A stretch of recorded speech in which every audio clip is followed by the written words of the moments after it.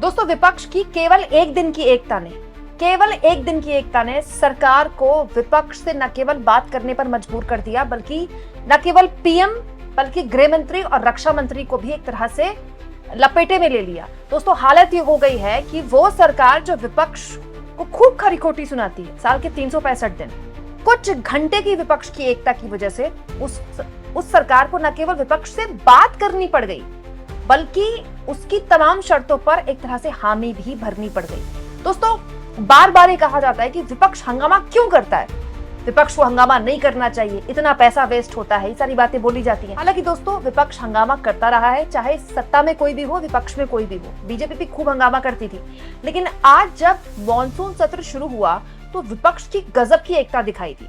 हालत ये हो गई कि सरकार के लिए संसद चलाना मुश्किल हो गया और उसके बाद बिजनेस एडवाइजरी की मीटिंग बुलाई गई।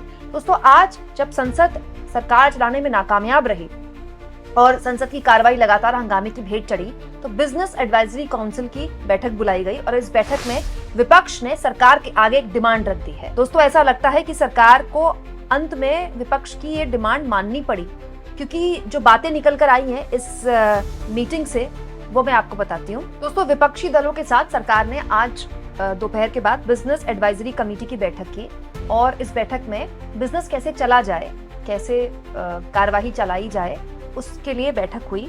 और इसमें दोस्तों, विपक्ष ने सरकार के आगे एक डिमांड रख दी है कि आप ऑपरेशन सिंदूर पर बहस कराइए। इसके लिए न केवल सरकार मान गई है, बल्कि विपक्ष ने सरकार के आगे एक और डिमांड रख दी है कि प्रधानमंत्री को, गृह मंत्री को और रक्षा मंत्री को, तीनों मंत्रियों को संसद के अंदर उपस्थित रहना होगा, तीनों को संसद में मौजूद रहना होगा जब ये बहस होगी। अब जो सूत्रों के हवाले से और जो मीडिया में चल रहा है दोस्तों, वो सुनने में आ रहा है कि ऑपरेशन सिंदूर पर अगले हफ्ते चर्चा हो सकती है और हो सकता है कि 16 घंटे के आसपास लोकसभा में चर्चा हो और राज्यसभा में 9 घंटे के आसपास चर्चा हो। अगर ऐसा हुआ तो ये एक बहुत बड़ी जीत होगी दोस्तों, हर लिहाज से विपक्ष की, क्योंकि विपक्ष आज सुबह से इसी बात को लेकर हंगामा कर रहा था। लगातार हंगामे की भेंट चढ़ी संसद कि आप ऑपरेशन सिंदूर पर बहस कराइए। और दोस्तों, ये हंगामा करके विपक्ष ने 3 लोगों को सीधा सीधा कटघरे में खड़ा करने में वो कामयाब रहा। एक प्रधानमंत्री, एक रक्षा मंत्री और एक गृह मंत्री। कैसे, मैं आपको बताती हूँ। दोस्तों, हुआ क्या, जब 11 बजे कार्यवाही शुरू हुई तो विपक्ष ने हंगामा शुरू किया और जब विपक्ष ने हंगामा शुरू किया तो संसदीय कार्य मंत्री खड़े हुए और उन्होंने कहा कि हम तो ऑपरेशन सिंदूर पर बहस कराने के लिए तैयार हैं। रक्षा मंत्री भी खड़े हो गए कि हम तो ऑपरेशन सिंदूर पर बहस कराने के लिए तैयार हैं। अच्छा, मीडिया में खबरें चलने लगी कि सरकार कह रही है बहस कराने के लिए तैयार है, लेकिन विपक्ष मान ही नहीं रहा है। लेकिन इसमें होशियारी देखिए, बहस कराने के लिए तैयार है तो बोल दिया, कब बहस कराने के लिए तैयार है, कोई डेट बताइएगा, कोई टाइम बताइएगा, तब तो पता चलेगा ना कि हम इस दिन इतने बजे से ऑपरेशन सिंदूर पर बहस कराने के लिए तैयार हैं। जैसे वक्फ के लिए आया था, वक्फ कानून आया था तो पता था कि इस दिन से इतने घंटे तक बहस कराई जाएगी, रात के 2-2 बजे तक बहस कराई जाएगी। वैसे ही आप बताइए कि ऑपरेशन सिंदूर में आप कब बहस करवाएंगे। हम बहस कराने के लिए तैयार है बोलकर आप विपक्ष को बैठाना तो चाहते हैं, लेकिन विपक्ष इसमें राजी नहीं हुआ। तो आप कह सकते हैं कि अंत में अगले हफ्ते की डेट फाइनलाइज करवा कर इस बैठक में विपक्ष ने एक काम कर दिया कि सरकार को जवाबदेह बना दिया कि अगले हफ्ते तो आपको बहस करनी पड़ेगी। दोस्तों, अब आ जाते हैं पीएम पर। पीएम को कैसे जवाबदेह कर दिया। आज हुआ क्या, जब कार्यवाही शुरू हुई तो मोदी आए, जैसे ही हंगामा शुरू हुआ मोदी चलते बने, कुछ सेकंड में मोदी चले गए बैठकर। जब मोदी गए तो राहुल गांधी ने इसको मुद्दा बना दिया। राहुल गांधी तमतमाते हुए बाहर आए, आप चाहें तो मेरा ये वीडियो देख सकते हैं कि रक्षा मंत्री राजनाथ सिंह खड़े होते हैं, उनको बोलने का मौका दिया जाता है, तो मुझे मौका क्यों नहीं दिया जाता। अब राहुल गांधी को बोलने का मौका क्यों नहीं दिया गया हंगामे के बीच, उनसे क्यों कहा जा रहा था कि आप बैठ जाइए। उसका रीजन ये दोस्तों कि विपक्ष लगातार पूरा दिन आज संसद में यही मांग करता रहा कि प्रधानमंत्री कहाँ है, पीएम संसद में क्यों नहीं आते हैं। अब पॉइंट ये है दोस्तों कि सरकार के आगे एक मुश्किल खड़ी हो गई। सरकार के आगे विपक्ष ने एक मुद्दा बना दिया आज संसद में कि जो प्रधानमंत्री है तो संसद में आते ही नहीं है, इनके लिए तो संसद इंपॉर्टेंट ही नहीं है। तो ये आप देखिए, एक तीर से 2 निशान विपक्ष करने में कामयाब रहा। अब अगले हफ्ते अगर बहस होती है तो दिलचस्प है दोस्तों कि इस हफ्ते मोदी का विदेश दौरा है। मोदी को मालदीव और ब्रिटेन के विदेश दौरे में जाना है। हालांकि इसको लेकर भी लोग सवाल उठा रहे हैं कि जब भी संसद चलती है तो मोदी के विदेश दौरे क्यों लग जाते हैं। लेकिन मोदी के इस विदेश दौरे के बाद ये बहस अगले हफ्ते रखी गई है। इसका मतलब अब ये भी नहीं कहा जा सकता कि क्योंकि मोदी का विदेश दौरा था इसलिए मोदी आ नहीं पाए, तो विपक्ष भी इस बात को सहमत हुआ कि अब अगले हफ्ते कराइए बहस। क्यों? क्योंकि मोदी तब तक वापस आ जाएंगे। अच्छा, इंपॉर्टेंट ये भी है दोस्तों कि अब अगर मोदी नहीं आते हैं इस बहस में, तो फिर तो विपक्ष और बड़ा मुद्दा बनाएगा कि इनके लिए देश इंपॉर्टेंट है ही नहीं, कि राष्ट्रीय सुरक्षा के नाम पर प्रधानमंत्री संसद में आते ही नहीं है, तो अब तो पीएम के लिए आना एक मजबूरी हो जाएगा।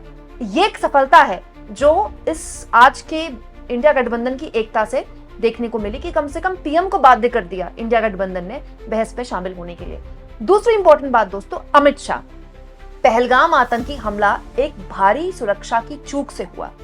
इस पर मीटिंग में तो अमित शाह अपनी बात स्वीकारते हैं, अपनी गलती स्वीकारते हैं, लेकिन सार्वजनिक तौर पर अमित शाह ने इस मामले में अब तक प्रेस कॉन्फ्रेंस तक नहीं की है।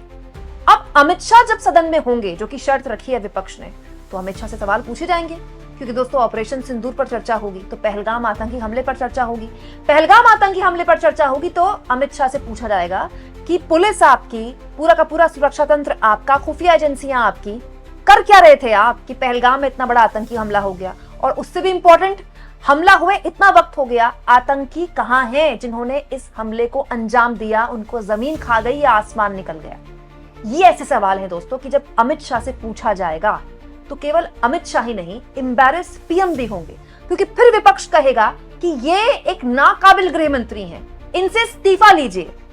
और ये एक ऐसा बवंडर खड़ा करेगा संसद में सरकार के आगे जो मोदी से निगला भी नहीं जाएगा, उगला भी नहीं जाएगा, क्योंकि अमित शाह बैठे होंगे बगल में, मोदी बैठे होंगे, इधर बैठे होंगे राजनाथ सिंह, और उसके बाद ये पूरा का पूरा बहस हो रही होगी और तीनों के आगे उहापोह की स्थिति होगी। अब आ जाइए रक्षा मंत्री के आगे। दोस्तों रक्षा मंत्री राजनाथ सिंह की उपस्थिति को लेकर भी विपक्ष ने मुद्दा बना दिया है कि जब भी बहस होगी हम रक्षा मंत्री की उपस्थिति चाहते हैं। दोस्तों रक्षा मंत्री राजनाथ सिंह सीधी जिम्मेदारी है, सेना उनको रिपोर्ट करती है, तीनों सेनाएं। इस बीच सेना की तरफ से भी बहुत इंपॉर्टेंट बयान आए हैं। सीडीएस अनिल चौहान ने सबसे पहले विदेश में एक मीडिया चैनल से बात करते हुए, मीडिया समूह से बात करते हुए कहा कि हाँ कुछ नुकसान हुआ है, लेकिन इंपॉर्टेंट ये नहीं है कि कितना नुकसान हुआ है, इंपॉर्टेंट ये है कि हमने अपनी गलतियां सुधारी और 10 तारीख को हमने तगड़ा हमला किया। उसके बाद दोस्तों इंडोनेशिया में इंडियन नेवी के कैप्टन शिव कुमार ने भी ये बात बोली कि क्योंकि पॉलिटिकल लीडरशिप ने कहा था कि आपको मिलिट्री ठिकाने निशाने नहीं बनाने, इसीलिए ये नुकसान हुआ। तो ये दोनों बयान जाहिर तौर पर सरकार के लिए मुसीबत बनेंगे, और ये मुसीबत बनेंगे रक्षा मंत्री राजनाथ सिंह के लिए कि रक्षा मंत्री राजनाथ सिंह इस्तीफा दें, कि क्या उनके रहते ऐसा कहा गया सेना द्वारा? क्योंकि सेना तो कह रही है कि हमसे कहा गया कि आपको मिलिट्री ठिकाने निशाने नहीं बनाने, पॉलिटिकल लीडरशिप ने कहा। तो पॉलिटिकल लीडरशिप में सबसे पहली जवाबदेही रक्षा मंत्री की बनती है, और उसके बाद जाहिर तौर पर इन सारे सवालों की जवाबदेही पीएम पर बनती है, क्योंकि पूरा ऑपरेशन सिंदूर पीएम की निगरानी में हुआ, सब जानते हैं। रोज बैठकों की वीडियो आ रही थी कि अब रक्षा मंत्री के साथ बैठक हो रही है, अब अजीत डोभाल के साथ बैठक हो रही है, अब सेना प्रमुखों के साथ बैठक हो रही है, मोदी वहां पर बैठे हुए हैं, मोदी बोल रहे हैं, बाकी लोग सुन रहे हैं, नोट्स बना रहे हैं। तो एक्चुअली में इन तीनों को बिठाकर विपक्ष अगले हफ्ते ऐसी बहस करने की एक चक्रव्यूह रच रहा है, जिस चक्रव्यूह में न केवल इस पूरी की पूरी सरकार के 3 सबसे बड़े चेहरे निशाने पर होंगे, बल्कि पूरी की पूरी सरकार और प्रधानमंत्री निशाने पर होंगे।